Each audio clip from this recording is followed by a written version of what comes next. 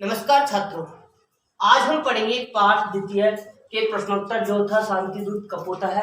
पाठ द्वितीय का क्या नाम था? शांति दूत कपोता था। शांति का दूत कबूतर है। और हम इस पाठ के आए हुए सभी प्रश्नों को ध्यानपूर्वक देखेंगे, पाठ बोध के फिर व्याकरण बोध के। तो पहला पाठ बोध का जो पहला सेकंड प्रश्न है वो है विकल्पेभ्य उचितम पदम चित्वा लिखत है, यानी विकल्प से उचित पद चुन करके लिखो। विकल्प से उचित पद का चुन करके आपको लिखना है। पहला प्रश्न है कि काशी नगरे किम नाम राजा आसीत।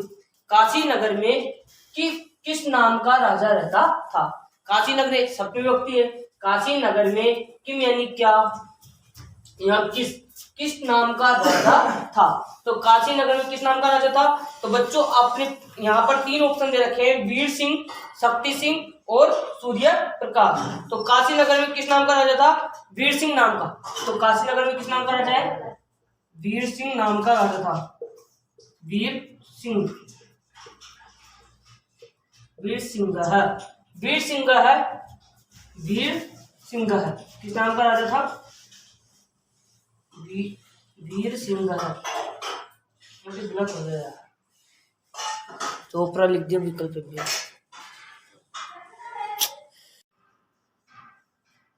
बच्चों अब पढ़ेंगे हम प्रश्न नंबर 3।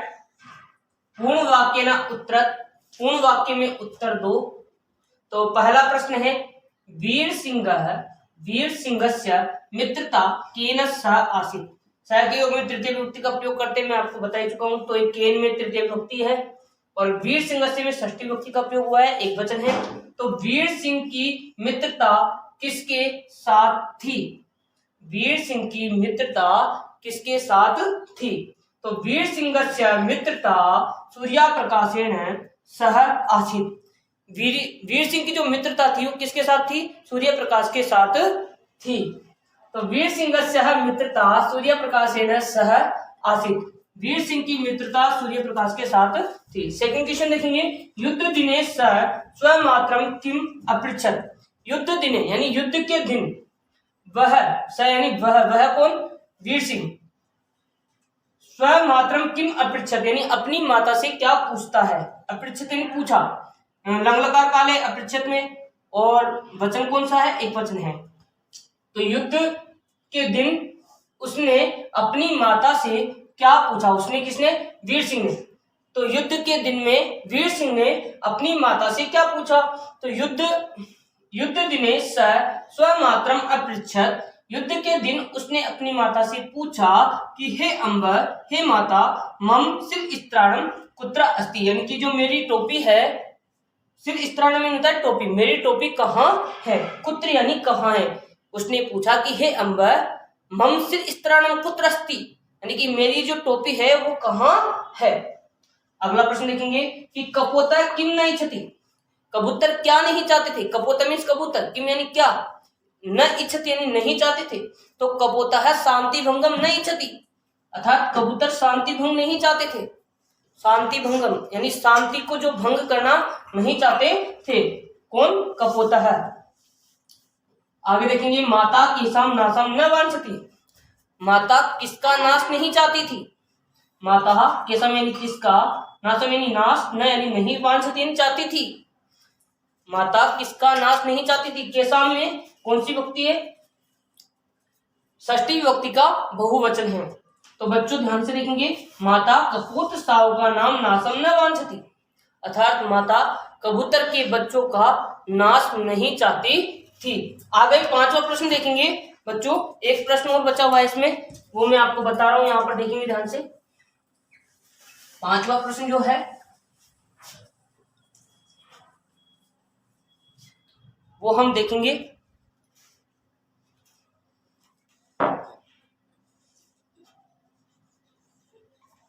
पांचवा प्रश्न है सूर्य प्रकाशाय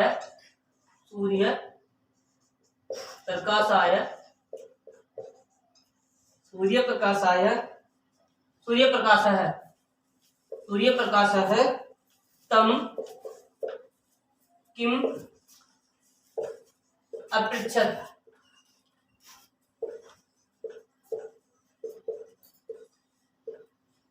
सूर्य प्रकाश तम किम अपृच्छत्।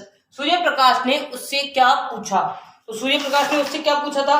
सूर्य प्रकाश ने उससे पूछा था कि सूर्य प्रकाश तम अपृच्छत, उत्तर लिखेंगे इसका पहले, उत्तर सूर्य प्रकाश है, सूर्य प्रकाश है तम अपृच्छत, तम अपृच्छत, अपृच्छत केन कारणेन, केन कारणेन, किस कारण से त्वं शिरस्त्राणं न धारिसि, त्वं शिरस्त्राणं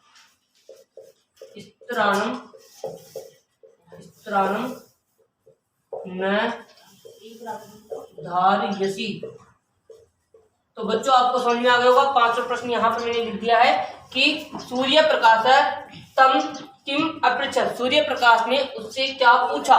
तो सूर्य प्रकाश तम अपृच्छत, सूर्य प्रकाश ने उससे पूछा कि केन कारणेन, यानी किस कारण से, केन कारणेन त्वं शिरस्त्राणं, यानी तुमने टोपी को न धारिसि, यानी धारण नहीं किए हुए हो, केन कारणेन किस कारण से, त्वं शिरस्त्राणं न धारिसि, किस कारण से तुमने टोपी को धारण नहीं कर रखा है। तो प्रश्न क्या था कि सूर्य प्रकाश तम किम अपृच्छत, सूर्य प्रकाश ने उससे क्या पूछा? सूर्य प्रकाश ने उससे पूछा कि किम केन कारणात त्वं शिरस्त्राणं न धारिसि, किस कारण से तुमने टोपी को धारण नहीं कर रखा है। बच्चों अब हम देखेंगे व्याकरण बोध का पहला प्रश्न, ठीक है बच्चों। अब हम व्याकरण बोध का पहला प्रश्न पढ़ने से पहले हम समझेंगे यहाँ पर लंग लकार को, कि पट धातु लंग लकार भूतकाल कैसे चलता है। लंग लकार का मतलब होता है भूतकाल, लंग लकार का मतलब होता है भूतकाल, और पठ धातु मैंने यहाँ पर आपको बनाना सिखाया है। आप और भी धातु इसको देख करके बना सकते हो।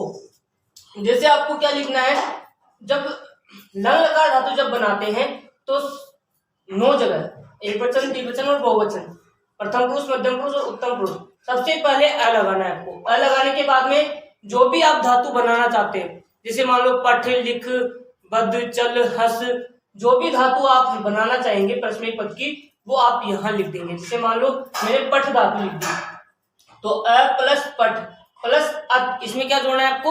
अत जोड़ना है, तो ये बन गया अपठत। क्या बनेगा? अपठत। अ पठ ठ आधा है, ठ में अ मिल जाएगा, तो ये अपठ है, और फिर त, तो अपठत क्या बन जाएगा? प्रथम पुरुष का एक वचन क्या बनेगा? अपठत।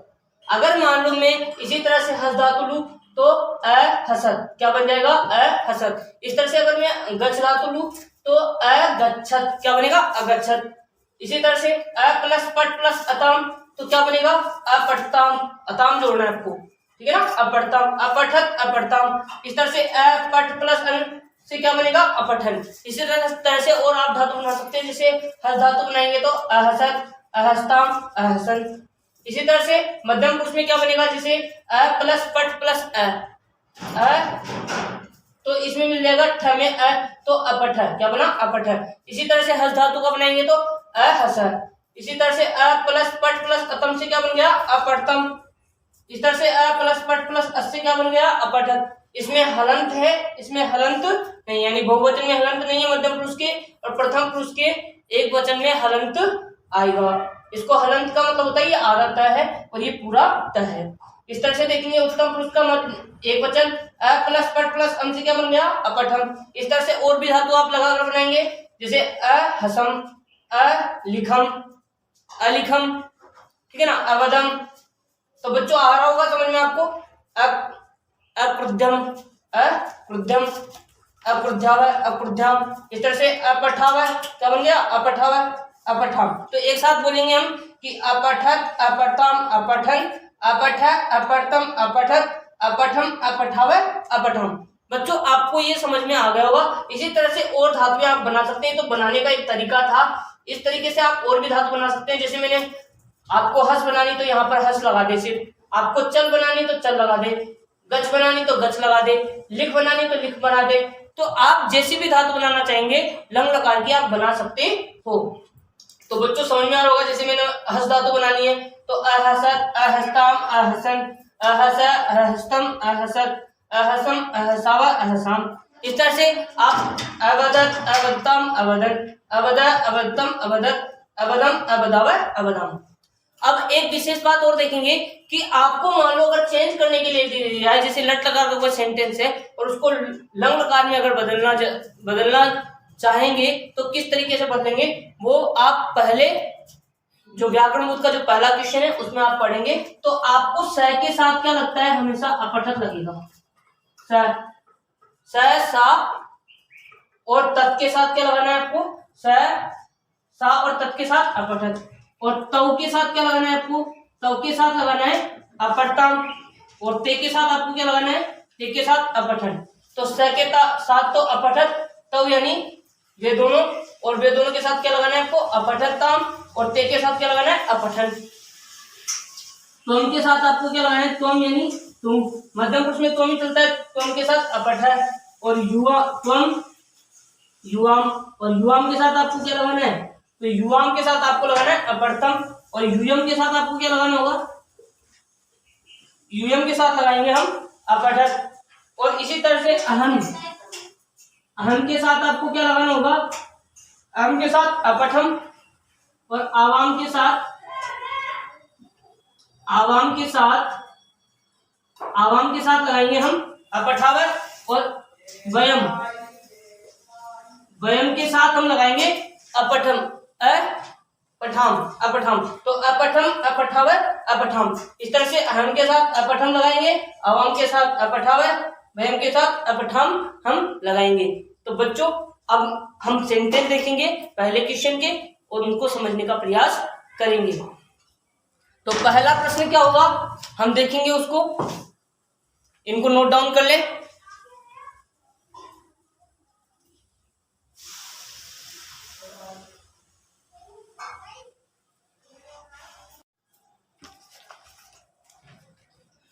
तो बच्चों हमने समझा और अब समझेंगे व्याकरण बोध का पहला प्रश्न कि वाक्यानि लंग लकारे लिखत है। आपने लंग लकार समझ लिया था, लंग लकार मैंने आपको समझा दिया था।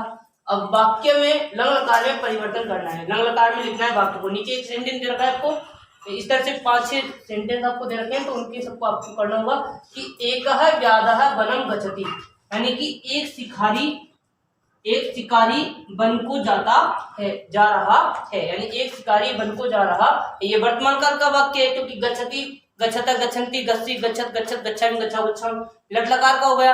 तो लट लकार का जब ये है तो इसको हम चेंज करेंगे, तो आपको सिर्फ गच्छति शब्द को चेंज करना है, किसमें, लंग लकार में। क्रिया यही है तो इस क्रिया को चेंज करेंगे। तो एकः व्याधः, एकः व्याधः वनम, क्या देगा, अब कैसे चलता है लंग लकार में, अगच्छत, अगच्छतम, अगच्छत, अगच्छतम, अगच्छन, अगच्छ, अगच्छतम, अगच्छत, अगच्छम, अगच्छव, अगच्छम। तो गच्छति शब्द जो है लट लकार का एक वचन है, तो हम एक ही वचन लेंगे यहाँ, एकः वनम एक वचन है, इसको देख करके हम लिखेंगे यहाँ पर अगच्छत, अगच्छत। क्योंकि गच्छति शब्द एक वचन है तो हम लंग लकार का एक वचन ही लेंगे। तो अपठत की जगह क्या जाएगा, अगच्छत, क्योंकि गच्छ धातु है ना। तो अगच्छत, अगच्छतम, अगच्छन, अगच्छ, अगच्छतम, अगच्छतम, अगच्छत, अगच्छम, अगच्छव, अगच्छाम, इस तरह से चलेगा। अब सेकंड सेंटेंस देखेंगे। सेकंड सेंटेंस आप यहाँ पर देखेंगे कि सेकंड सेंटेंस है उसमें आपको लिखना है, क्या लिखना है, देखिए यहाँ पर कि माता पुत्राय, माता पुत्राय पृद्धति, यह आपका सेंटेंस है। तो यहाँ पर आपको ये रेड लाइन, रेड शब्दों में दे रखा है पृद्धति, और इसको आपको चेंज करना है। किसको चेंज करना है, पृद्धति शब्द को चेंज करेंगे। तो यहाँ पर सेंटेंस आपको बनाना होगा माता पुत्राय, माता पुत्राय अपृद्धति। अपृद्धति शब्द लंग लकार में चलेगा, ये लट लकार का एक वचन है। तो अपृद्धत, अपृद्धतम, अपृद्धन, अपृध्य, अपृद्धतम, अपृद्धत, अपृध्याम, अपृध्याव, अपृध्याम। तो क्या जाएगा यहाँ पर, अपृद्धत, क्या जाएगा, उत्तर में आ जाएगा अपृद्धत, अक्रुद्ध। ठीक है बेटा। अब इसी तरह से सेकंड, ये था हमारा सेकंड क्वेश्चन इसी का। अब देखेंगे थर्ड वाला। तो बच्चों समझ में आ रहा होगा आपको। थर्ड वाला देखेंगे हम। थर्ड वाले में आप लिखेंगे,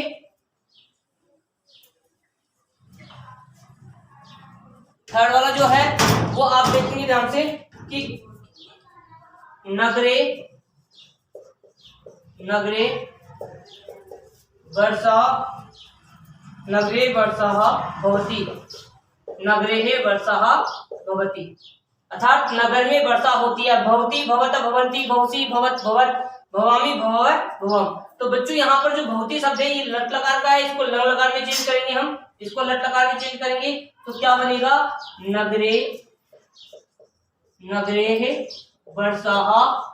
अब कैसे चलेगा, अभवत अभवतम अभवन अभव अभवतम अभवत अभवम अभव अभवम। तो बच्चों समझ में आ रहा होगा आपको। तो क्या आ जाएगा यहाँ पर, भवती एक वचन है तो एक वचन ही हम लिखेंगे यहाँ पर, अभवत। क्या आ जाएगा, अभवत।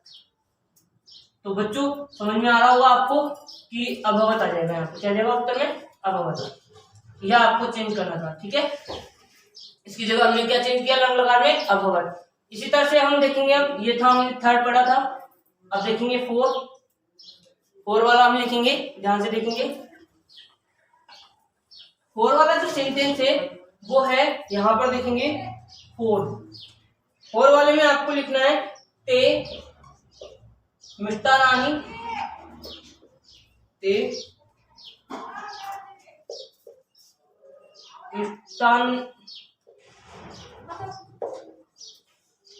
मिष्टान्नम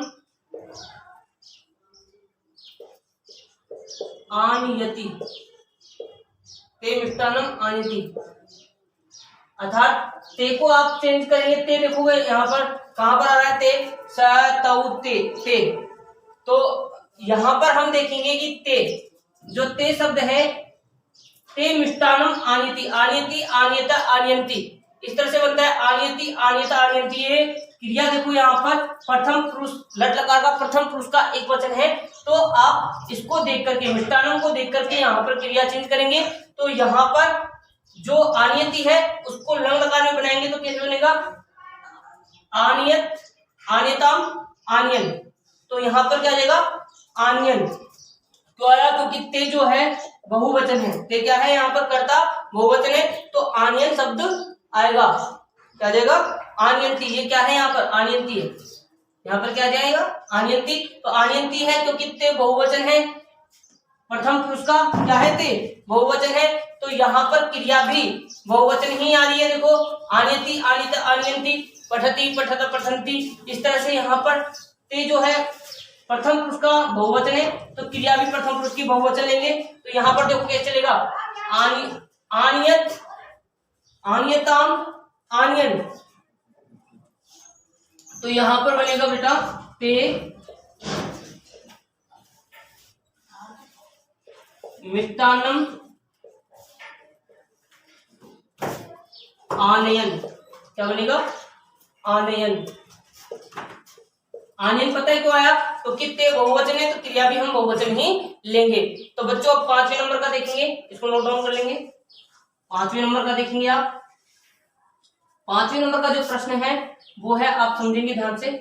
5वें नंबर का है कि अहम और त्वम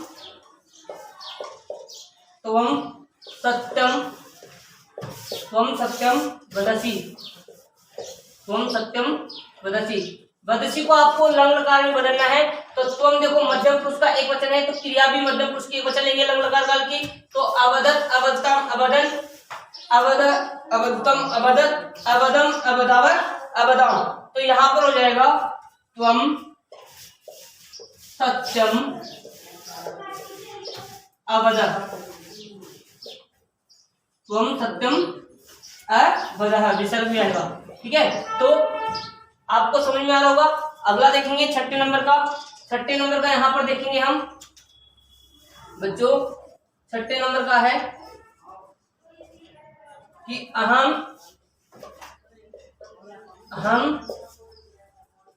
पुस्तकम पठामि, अहम पुस्तकम पठामि। तो यहाँ पर जो पठामी शब्द है ये लट लकार का एक वचन है, तो यहाँ पर हो जाएगा अहम पुस्तकम, अहम पुस्तकम। अब देखो यहाँ पर अहम उत्तम पुरुष का एक वचन है, तो क्रिया भी उत्तम पुरुष की एक वचन लेंगे। तो अपठत, अपठम, अपठन, अपठ, अपठतम, अपठत, अपठम, अपठव, अपठम। तो यहाँ पर क्या आ जाएगा? अपठम आ जाएगा। क्या जाएगा? अपठम। तो बच्चों आपको समझ में आ गया होगा। इसको क्या करेंगे, आप सभी नोट डाउन कर लेंगे और कॉपी में भी लिखेंगे पीडीएफ से देख करके। बच्चों अब देखेंगे व्याकरण बोध का सेकंड क्वेश्चन। मैंने आपको इससे पहले लंग लकार के बारे में समझाया था, और ये जो धातु रूप आपको दे रखी है इनको लंग लकार में आपको बनाना है। लिख धातु प्रथम पुरुष एक वचन में कैसे बनेगा लंग लकार के अंदर, तो मैंने आपको बताया था अपठत, अपठतम, अपठन। तो इस तरह से अलिखत क्या बनेगा? अ लग जाएगा। फिर लिख धातु आ गई, ये लिख, और फिर क्या जोड़ना था इसमें आपको? अत जोड़ना था, तो अत जोड़ेंगे तो लिख ख पूरा हो जाएगा, और फिर त बचेगा तो अलिखत क्या बनेगा? अलिखत। तो बच्चों समझ में आ रहा होगा आपको कि शब्द क्या बना हमारे पास? अलिखत। इसी तरह से सेकंड में आ गया अलिखताम, अताम जोड़ना था तो अलिखताम, और फिर क्या बनेगा? अन जोड़ना था अलिखन, अलिखन। तो बच्चों आ रहा होगा समझ में, ये बनेगा अलिखत, अलिखताम, अलिखन। जैसे अपठत, अपठतम, अपठन। इस तरह से हस धातु को मध्यम पुरुष में बनाना है, तो सिर्फ मध्यम पुरुष के एक वचन में अ ही जोड़ना था धातु के अंदर, और आगे अ लगाना है, तो अ हमने लगा दिया सह, क्योंकि अ जोड़ देंगे तो अ तो इसमें मिल जाएगा समय, और फिर विसर्ग रहेगा, तो अहसह, अहस्तम। अतम जोड़ना था तो अतम जोड़ दिया हमने, अहस्तम, और फिर अहसत। यह आपका बन चुका है। आगे देखेंगे बद्ध शब्द से अवधम, इसमें अ लगाना है, फिर बद्ध धातु हमने ले ली, अबदाव, आव जोड़ना था इसमें, तो अबदावत क्या बन जाएगा? अबदावत। तो अबदम, अबदावत और अबदाम, अबदाम, ये बहुवचन में बनेगा अबदाम। तो अबदत, तो अलिखत, अलिखताम, अलिखन, ये लिख धातु का है। हस धातु का बनाएंगे तो अहस, अहस्तम, अहसत। बद्ध धातु का बनाएंगे तो अबदम, अबदावत, अबदाम। अब देखेंगे हम थर्ड क्वेश्चन व्याकरण बोध का। बच्चों अब देखेंगे हम प्रश्न 3, और प्रश्न 3 है उचित क्रिया पदों से रिक्त स्थानम पूर्ति करो। नहीं, उचित क्रियापद आपको दे रखे हैं, कुछ क्रियाएं आपको दे रखी है और उनसे आपको रिक्त स्थानों की पूर्ति करनी है। अगच्छत मतलब यानी अगच्छत, अयच्छत, आसीत, अभवत, आगच्छत और अनमत। अगच्छत यानी गया, अयच्छत यानी दिया, आसीत यानी था, अभवत यानी हुआ, आगच्छत यानी आया, और अनमत यानी नमस्कार किया, नमस्कार किया। तो बने, मुने, आश्रम, आसीत, आसीत। उत्तर में क्या जाएगा? आसीत। तो पहले नंबर पे आ जाएगा आसीत, ठीक है, ये वाला इसमें आ जाएगा पहले नंबर पर आसीत। कि बने, वन में मुनि, वन में मुनि में आश्रम था। वन में मुनि का क्या था? मुने, मुने में षष्ठी विभक्ति है, तो वन में मुनि का क्या था?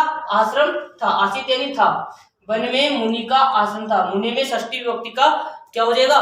एक वचन है, तो और बने में सप्तमी विभक्ति है, तो वन में मुनि का आश्रम था।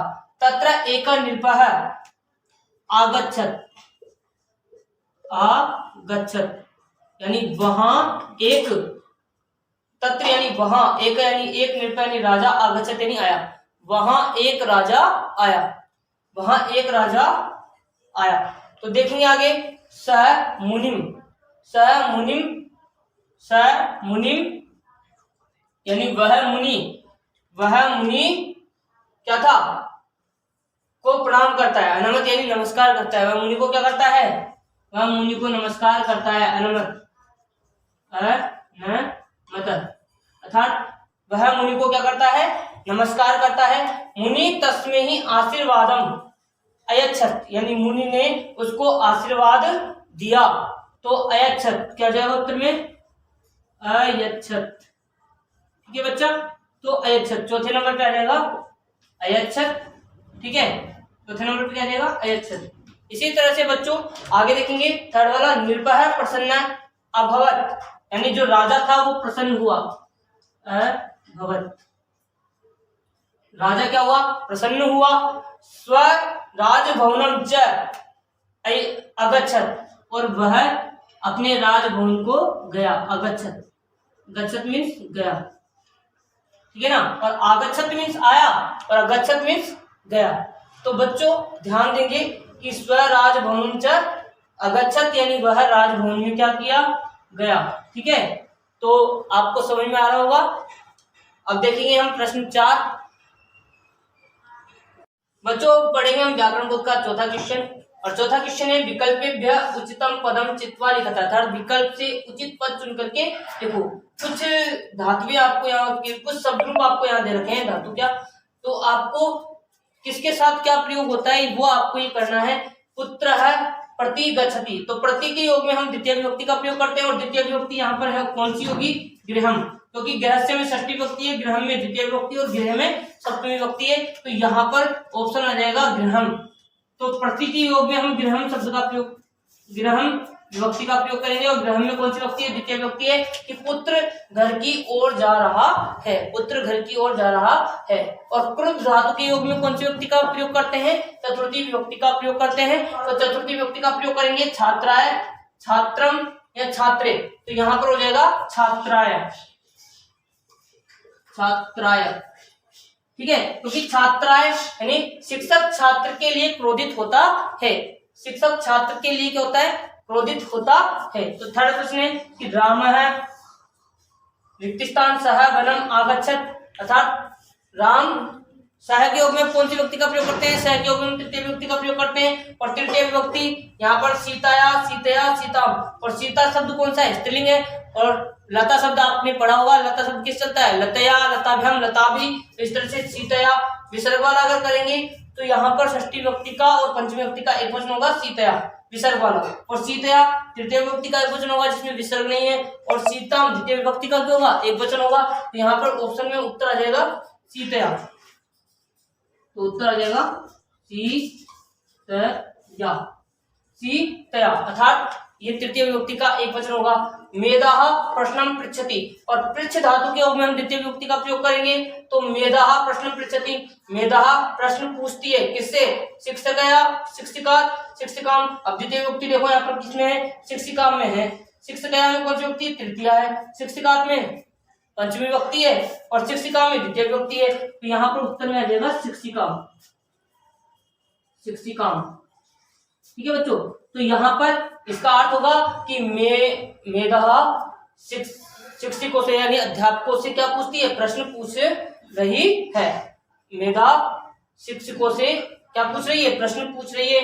बालाः गुरुण अनमन, अब अनमन यानी नमः के योग में चतुर्थी विभक्ति का प्रयोग करते हैं, और चतुर्थी विभक्ति यहाँ पर देखेंगे विद्यालय में द्वितीय है, विद्यालय में चतुर्थी, और विद्यालय प्रथम विभक्ति का एक वचन है, इसलिए यहाँ पर कौन सी चतुर्थी विभक्ति का प्रयोग करेंगे, तो विद्यालय, तो जाएगा विद्यालय।